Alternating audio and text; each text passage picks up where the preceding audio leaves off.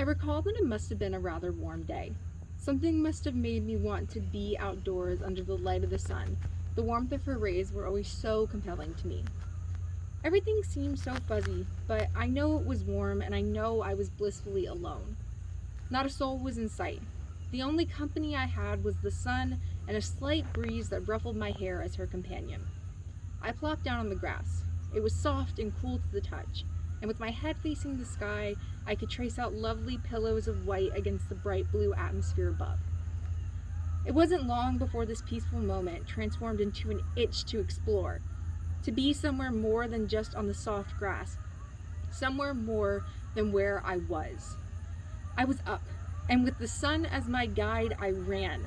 Bounding across the stretch of land, I had the pleasure of encountering friendly, bumbling bees buzzing by, little yellow butterflies that tickled my cheeks as they flew on, and an overwhelming sense of freedom. This must have been the best part. It was short-lived.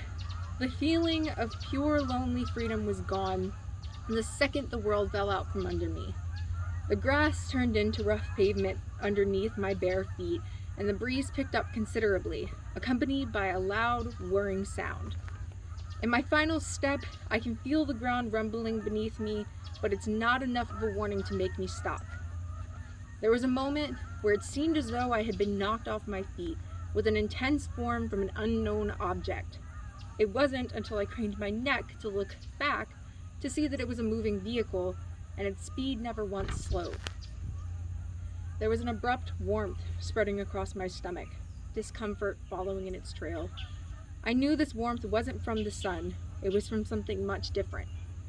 I looked down, met with the sight of crimson spewing gently from a newly formed gash across my abdomen. I tried hard to look away, but the sight of something that looked eerily close to intestines was spilling from where they should have been held inside of me. It wasn't until the pain began to settle, until the cries began to emit from my throat without a conscious thought behind them, that I knew I was too far from home, and I knew I had been blissfully alone. The lovely sun was beginning to shift, and I know I was able to watch her through my fuzzy eyes.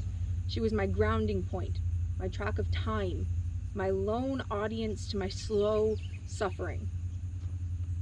It wasn't until there was a flash of red that came to an abrupt stop. You were the only vehicle to stop, the only one to look down upon me and listen to my cries aside from the sun. There was nothing to be done, and you knew that as well as I. It was only for a moment, but for a moment I felt hope. You wouldn't be aware that it wasn't until you left that another rumbling vehicle would make a visit. It would relieve my bones of their structure and take the burden of breathing from my lungs. It would turn my flesh into a shadow of what I once was, sending me into the oblivion of pure isolation, sending me into an eternity of blissful loneliness.